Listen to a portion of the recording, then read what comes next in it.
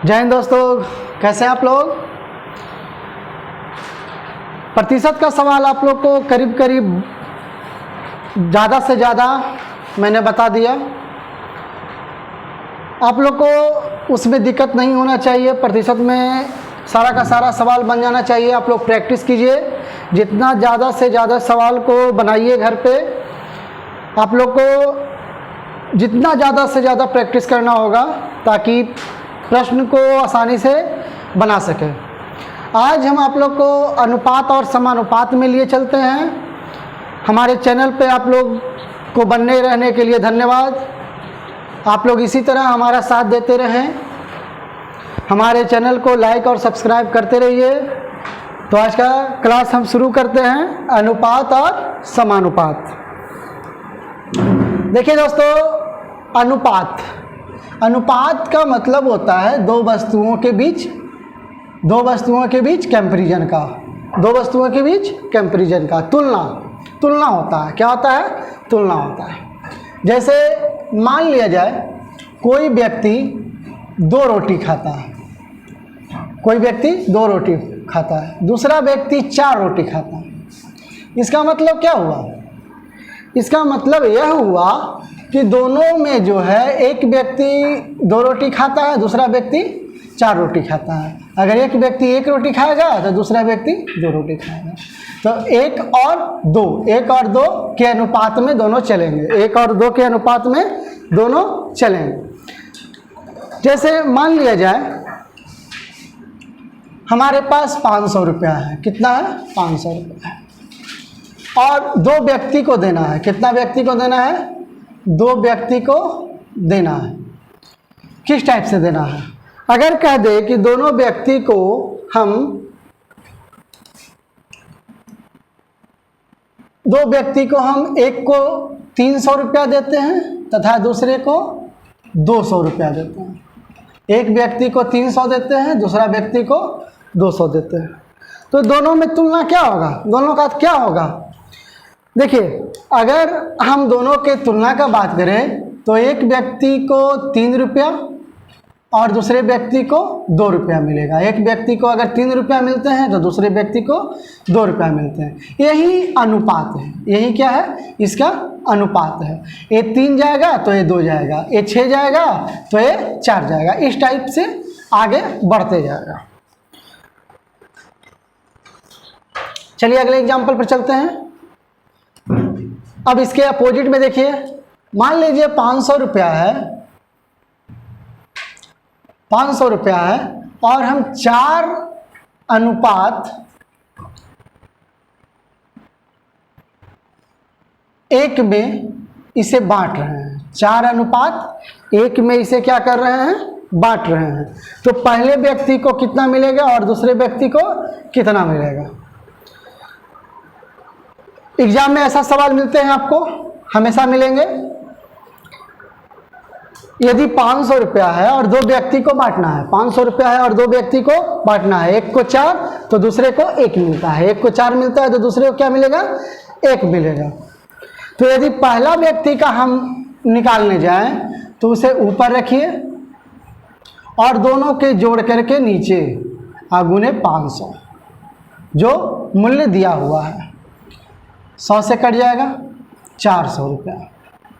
400 रुपया पहला व्यक्ति को कितना मिल जाएगा? 400 रुपया मिल जाएगा। उसी तरह देखिए दूसरा व्यक्ति को 1/5 गुने 100 कट जाएगा 500। 100 बार में कितना मिलेगा? 100 रुपया मिलेगा। यानी पहले व्यक्ति को 400 मिलेगा, दूसरे व्यक्ति को 100 रुपया मिल जाएगा। अगर हमारे पास 20 रोटी है, 20 रोटी है, इसे 2 व्यक्ति खा रहा है। कितने व्यक्ति खा रहा है? 2 व्यक्ति खा रहा है।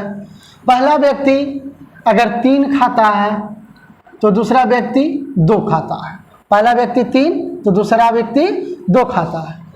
तो दोनों व्यक्ति के द्वारा खाए गए रोटी की संख्या कितना होगा? अलग अलग दोनों व्यक्ति द्वारा खाए गए रोटी की संख्या कितना होगा? तो पहले व्यक्ति कितना खाता है? 3। दोनों के जोड़ के नीचे लिख लेंगे 5 गुने 20। 5 × 20 कितना हो जाएगा 12 रोटी। दूसरा व्यक्ति कितना हो जाएगा 2/5 गुने 20 कट जाएगा 8 रोटी। इस तरह से आप लोग प्रश्न कर लीजिएगा। एक छोटा सा प्रश्न पूछता है, हर एक एग्जाम में आपको एक क्वेश्चन पूछेगा, छोटा क्वेश्चन पूछेगा।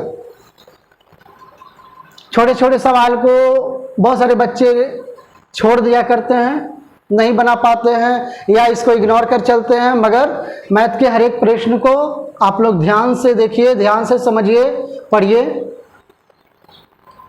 कभी कभी छोटे सवाल में ही बच्चे लोग गलती करके चले आते हैं। आगे चलते हैं हम।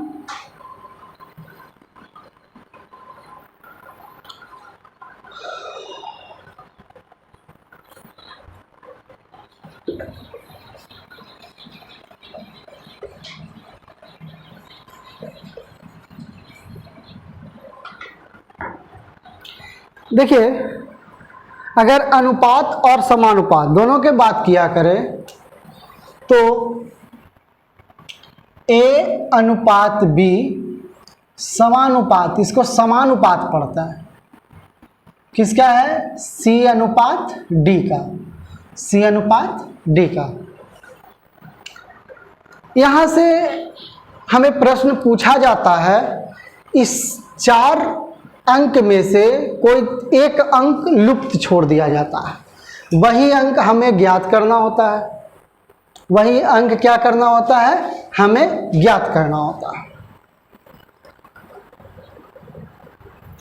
जैसे अगर हमें a का वैल्यू पूछे a, तो आप लोग हमेशा याद रखिए कि इस तरह के प्रश्न में b और c एक तरफ मल्टीप्लाई हो जाएगा, b गुने c, a और d एक तरफ मल्टीप्लाई हो जाएगा, a गुने d। अगर हमें b का मान पूछे तो b बराबर कितना हो जाएगा? इधर गुना है, इधर आ जाएगा तो भागा में हो जाएगा c। अगर c का वैल्यू पूछे तो a मल्टीप्लाई d अपॉन क्या हो जाएगा? b। समझ रहे हैं ना? इसी प्रकार a बराबर कितना हो जाएगा? b गुने c बटे d। d बराबर कितना हो जाएगा? b गुने c बटे a।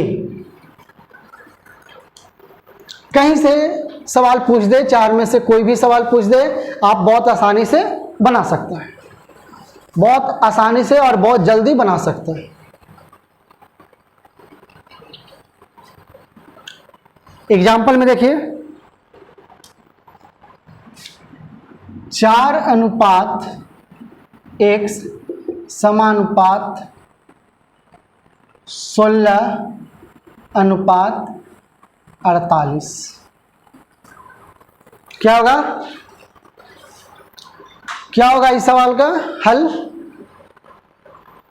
x का मान क्या होगा? x क्या है यहाँ? b क्या है? b बराबर क्या बताए?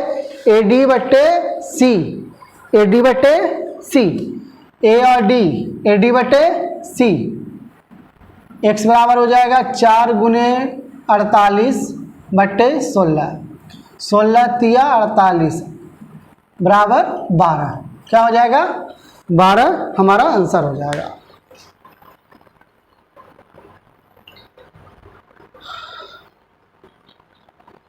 इस तरह के प्रश्न में ज़्यादा कुछ नहीं, 2 सवाल बहुत ज़्यादा पूछे जाते हैं, उससे ज़्यादा डिटेल में नहीं जाना है, बस सिंपल सा 2 बातें याद रखना है। जैसे पहला सवाल होता है मध्यानुपाती। क्या हो जाता है? √a गुने b।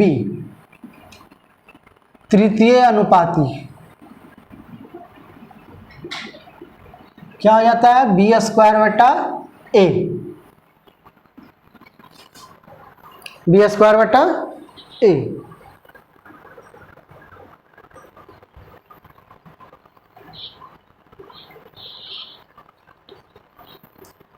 इस तरह का प्रश्न कैसे पूछे जाते हैं, चलते हैं इस पे हम। क्वेश्चन है 4 तथा 16 का मध्यानुपात क्या होगा। 4 तथा 5 का मध्यानुपात क्या होगा। तो छोटा सा सवाल है, हमें फॉर्मूला मालूम है, आसानी से बना लीजिए।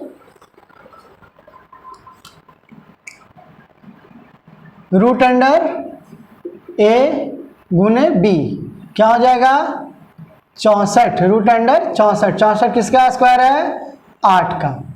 मध्यानुपात क्या आ जाएगा 8 आ जाएगा। उसी प्रकार तृतीय अनुपात निकालना है। क्वेश्चन है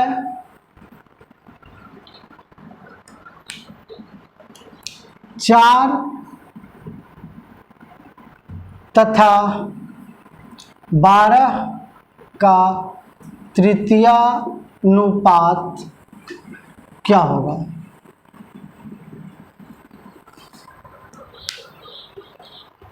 क्या होगा बी स्क्वायर बटे ए, 12 गुने 12 बट्टा 4, 36। 36 क्या हो जाएगा तृतीय अनुपात हो जाएगा। चलिए फटाफट स्क्रीनशॉट लीजिए, इसका स्क्रीनशॉट ले लीजिए।